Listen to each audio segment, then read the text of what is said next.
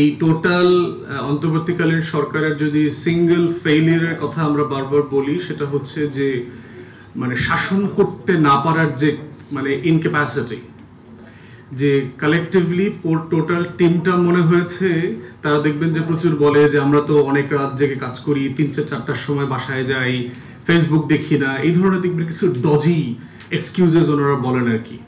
কিন্তু দিন শেষে ওনারা মানে হেভিলি ফেল করছেন গভর্নেন্সের জায়গাতে।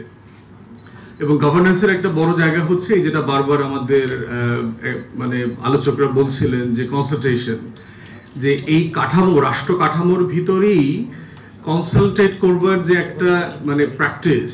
যেহেতু আমি ইংল্যান্ডে একটা লম্বা সময় প্র্যাকটিস করেছি, আমি দেখেছি যে ছোট ছোট ধরেন ধূমপান নিষিদ্ধ করা হবে পাবলিক প্লেসে, 3 বছর লাগায়া আইনটা করে ইমপ্লিমেন্ট করেছে তারা। এই লেভেলের কনসালটেশন করেছে। সারা আপা কারেক্টলি বলেছেন যে কাদের পরামর্শ নেওয়া হয়েছে, ওখানে ওয়েবসাইটে দেওয়া থাকে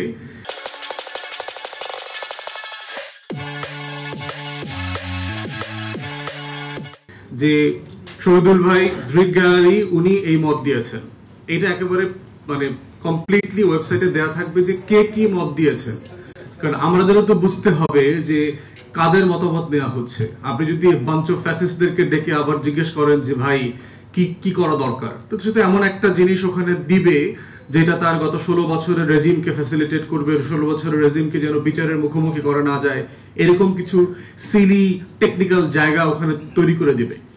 তো সেই জায়গাতে আমরা বারবার দেখতে পাচ্ছি যে এইটা করবার যথেষ্ট ঘাটতি আছে এবং আগ্রহ দেখতে পাচ্ছি না।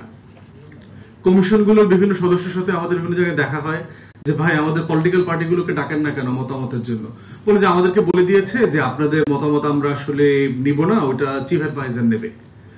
তো এখন আমার সেকেন্ড প্রশ্ন হচ্ছে, এটা বাস্তবায়ন কি আপনারা করবেন? কে করবে? টোটাল কনভারসেশনে আপনি দেখবেন যে পলিটিক্যাল পার্টিকে একটু ইগনোর করা, যেহেতু এরা সুশীল অধিকাংশ, এদের ভিতরে একটা প্রচন্ড পলিটিক্যাল পার্টিকে আন্ডারমাইন করা, ঘৃণা করা, অপমান করা, ছোট করা, হেয় করার একটা টেন্ডেন্সি আছে। কারেক্টলি সো আছে, এটা সত্য। বাংলাদেশে কিছু বদমাইশ টাইপের লোকরা ইউজুয়ালি পলিটিক্স করে, কোনো সন্দেহ নাই। লার্জলি মোটা দাগে কিছু বদমাইশ টাইপের লোক পলিটিক্স করে। তো এই জন্য এইটা করবার একটা জায়গা আছে, কিন্তু দিন শেষে এই বদমাইশ গুলোই তো দেশ চালায় ভাই। মানে কোনো অপশন তো নাই আপনার হাতে। আপনি ইদার এদেরকে হলো ফেরেশতা বানাবেন ওভারনাইট, আপনার কাছে যদি টাইম মেশিন থাকে, কোনো ওষুধ টষুধ থাকে, মেডিসিন থাকে, দিবেন, খাওয়াবেন, অ্যান্টিবায়োটিক্স দিবেন।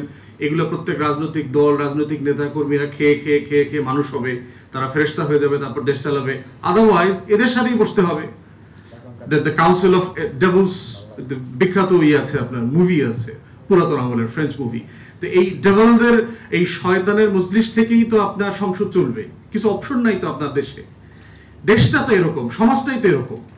এখন দিন শেষে এদের সাথে আপনাকে বসতে হবে, এদের সাথেই কথা বলতে হবে, এদের সাথে ডায়ালগ করতে হবে, এদেরকে মিটিং এ এনে এনে শিখাইতে হবে, বুঝাইতে হবে, প্রধান অতিথি করে এদেরকে আসলে ছাত্র বানাইতে হবে প্রত্যেক মিটিং এ। তো এই প্রসেসটা ফলো না করলে দিন শেষে যেটা হবে যে আপনার কোনো কমিশনের রিপোর্ট সাকসেসফুল হবে না।